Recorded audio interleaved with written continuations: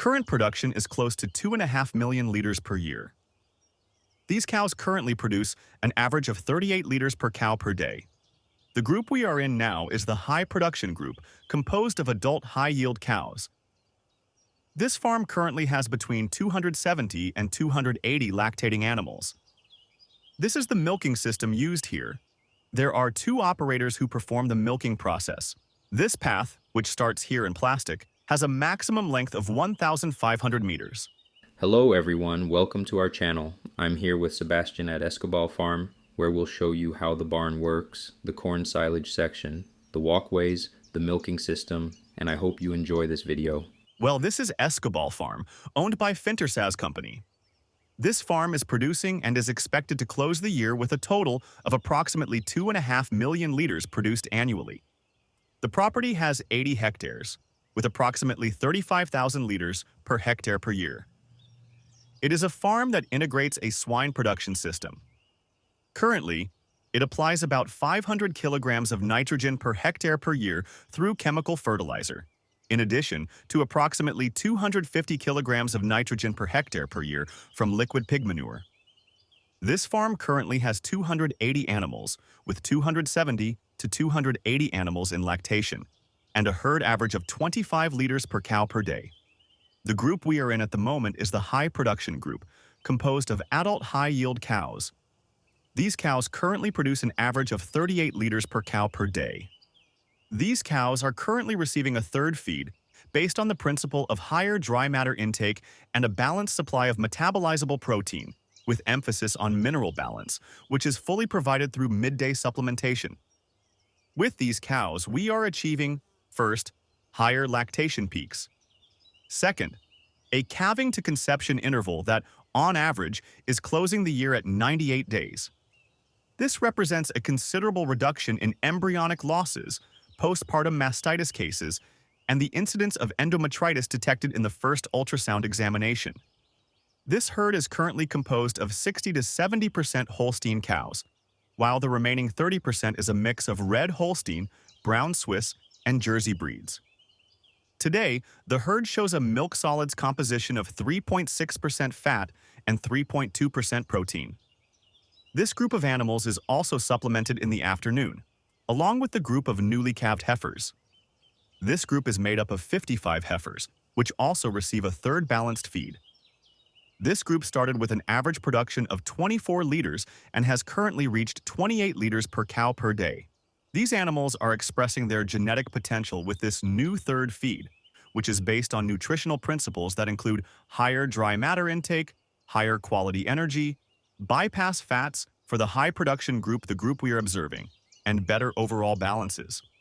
This system was initially implemented as a contingency plan to supplement animals during the summer. Previously, this high production group was fed corn silage through grazing, which increased losses and did not guarantee adequate intake for all animals. The system had an approximate cost of $18 per square meter, considering the concrete areas and necessary infrastructure. With this, we managed to keep the farm operating during the summer with 290 lactating cows. Previously, when summer arrived, we could not surpass 230 cows in milking. This resulted in an additional increase of 1,400 liters per day during the dry season. The company's growth has been very significant, and we had to house 40 heifers because another farm, with a milking parlor, was not yet ready. Despite this, we were able to keep the animals and preserve the company's profitability during this period. Currently, the company sees this as a model of efficient management. We do not plan to expand to more farms, but rather to improve these housing systems, which we started in a more functional manner. As you can see, it is nothing luxurious or extravagant, but something practical. Our focus is on improving these systems to continue growing and ensuring expansion, as we have realized that this model provides us with many marginal liters, effectively diluting a relatively high fixed cost. This is an automated system with 10 tandem-type milking stations, which, even with 280 cows, did not require an increase in labor. When we reach 320 lactating cows, which is expected to happen in the first quarter of 2025, it will also not be necessary to expand the workforce. It is an efficient system. The bedding started being used about 1.5 to 2 years ago, with a base of wood chips and sawdust. Currently, the bedding is renewed only with rice husks and is mixed once a week, as the animals do not remain here all the time. They enter at 11 a.m. after grazing, receive the third feed, and at 1 p.m., the afternoon milking begins. After being milked, they return to the pasture. When we need to keep them housed entirely, we mix the bedding twice a day and make additions as needed. Currently, the bedding has controlled moisture, remains very dry, and provides comfort to the animals. We have also added some additional shade nets, which need to be structurally improved but are already very functional and ensure animal comfort, which is the most important aspect for us. Well, a fundamental part of the system, when we bring the cows in and keep them housed, is ensuring a continuous and abundant water supply. It is important that the water trough has enough space and fills quickly, allowing many cows to drink at the same time. Additionally, the cows are provided with a certain amount of sea salt to meet their sodium requirements. Water is a crucial aspect, as it is essential for milk production. We aim to end the lactation cycle at around 12,500 liters in 305 days. These are the cows we are looking for here, medium-sized animals with excellent udder quality and great reproductive capacity. Today, one of the main challenges faced by this company is that corn silage is purchased from suppliers and grown at a distance of 400 to 500 kilometers from here. Therefore, one of the challenges is first ensuring that the supplier produces silage suitable for dairy cows and not just for general sales purposes. Part of this issue is related to variations in dry matter content, because, for the silage producer, it is more profitable to deliver a product with lower dry matter content and higher water content. This also has a negative impact, as the silage ends up having a lower starch content. Ultimately, this results in lower net energy for lactation and variations in milk production. This is one of the challenges. Part of the diet here, as one of the workers just mentioned, is manually mixed. In a way, we prepare a partial mixed ration manually, balancing the formulated grain ingredients with the silage to ensure a more homogeneous intake of the complete diet. These cows are not coming in to eat now because they have already been supplemented and are restricted by an electric fence. This is preparation for the afternoon group, which will come in about an hour and a half. The mixture is prepared in advance so that, for time efficiency, workers can carry out the process smoothly. These cows already consumed their diet about an hour and a half ago and are now waiting for the next milking session. As you can see, many of them are ruminating and calmly waiting. The calf rearing process starts in this covered area, especially because we are in a period of heavy rains. For thermoregulation purposes, we keep the calves here for at least 1 week. We provide pasteurized milk 3 times a day in volumes of about 2.5 to 3 liters, adjusted according to the timing and weeks of lactation for each calf. Weaning occurs at 2.5 months, with balanced diet consumption of approximately 2 kilograms per day before weaning. After this phase, the calves are transferred to the pasture, where they remain in a bucket stake system. They stay there for 1 week, with strict care for navel healing. We are achieving an average age at first calving of around 25 months for Holstein animals, starting breeding, insemination, at approximately 350 kilograms of live weight. We believe this is the best approach for a farm that aims to milk many cows while maintaining fewer growing animals, which are seen as liabilities within the operation. It is a high investment, especially in genetics. We select bulls based on the specific needs of each animal, prioritizing traits such as udder quality and leg structure, as the animals cover long distances. We aim for cows with good physical resilience, without neglecting conformation and milk production. Virtually the entire herd is Holstein. We carry out some crossbreeding with Gyr cattle, but the resulting females, known as Gyrolandas, are intended for sale. Meanwhile, brown Swiss and Jersey cows are reincorporated into the Holstein lineage through targeted crossbreeding, resulting in an increasingly purebred herd. This is the pasteurization system. Here, they are already pasteurizing the milk for the afternoon feeding. Milk feeding is done 3 times a day. There is a person exclusively responsible for calf management, ensuring cleanliness, disinfection, and meeting targets related to the quality of the calves being weaned.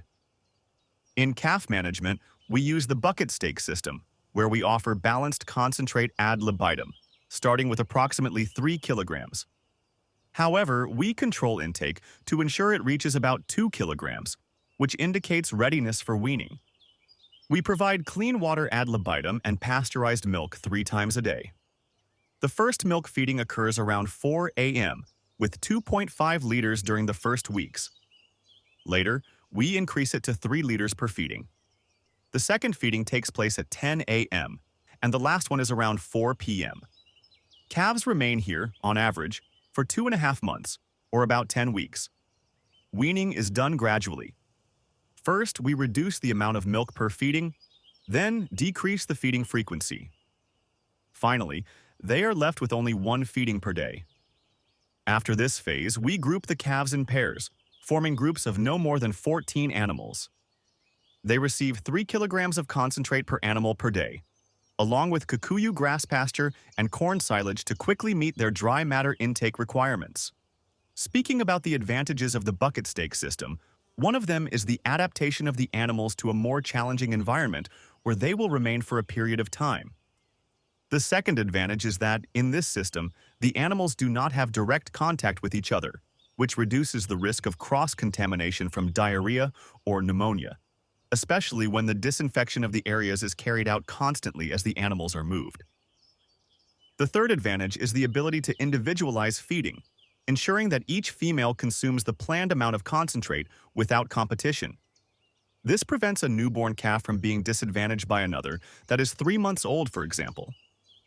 Additionally, younger calves learn by observing older ones, such as lifting feeders, which is also an important benefit. Another advantage observed in these milking systems with grazing is the development of a type of imprinting on the animals during these 2.5 months. This results in significantly gentler calves than those traditionally raised here in Antioquia, where groups of 10 to 15 loose calves typically drink milk together. With the bucket stake system, we can individualize management, providing much better control over the animals. It has been a constant pursuit of learning. Throughout this process, we have found a detailed guide for research, review, and discovery of new concepts in nutrition, keeping us updated and at the forefront. Our focus has been to apply and adapt each of these innovations offered to our system, whether in calf management, transition cows, or across all lactation cycles. The updates combine both theoretical and practical aspects, such as those presented in courses that include exercises and evaluations. For us, this experience has been very rewarding. We openly recommend this within our circle of nutritionists and friends because we believe it offers very clear alternatives for continuous education and updated education that allows us to keep our knowledge constantly renewed. Here is where feed dispensing begins. This is a hopper where the bags of balanced feed are deposited. The system dispenses and fills the hoppers at each of the milking stations through this chain system. As we will see, the feed flows from the hopper and supplies each of these dosing hoppers. This is a tandem-type automated milking parlor with 10 stations.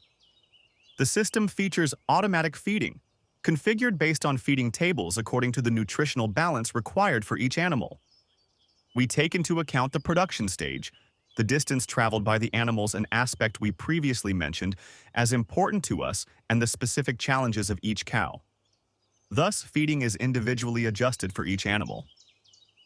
This is the milking system.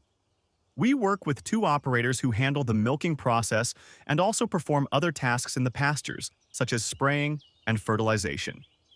Currently, this parlor milks an average of 75 cows per hour. The system performance is good, with somatic cell counts around 280,000 cells per milliliter and total bacterial count at 3,000. This parlor has performed very well. At the start of the business, milking was done manually. Later, we transitioned to a small parlor with 4 stations, and we have gradually expanded. Today, this milking parlor has been in operation for about 25 years, receiving continuous upgrades, such as rubber flooring for the comfort of both the cows during milking and the operators. In the holding area, we also installed rubber flooring to increase comfort. This, combined with nutrition, biotin supplementation, and organic minerals, has resulted in only 3 to 4 cases of lameness among the 280 lactating cows. What is the daily production? Today, we are dispatching around 6,700 to 6,800 liters of milk daily, with slightly higher production volumes when including the milk used for calves. However, the volume shipped ranges between 6,500 and 6,800 liters per day. The system is entirely pasture-based. Only 2 groups receive a third feed, but they are not semi-confined. These groups receive approximately 6 kilograms of dry matter via corn silage and an additional 3 kilograms of balanced feed. However, this is not a semi-intensive system. It is a pure grazing system and fully dependent on this practice. At the beginning of this farm, the pathways were made of concrete, and there was a group of approximately 35 to 40 cows with permanent lameness issues. This occurred due to the friction caused by the concrete and the long distances the cows had to walk.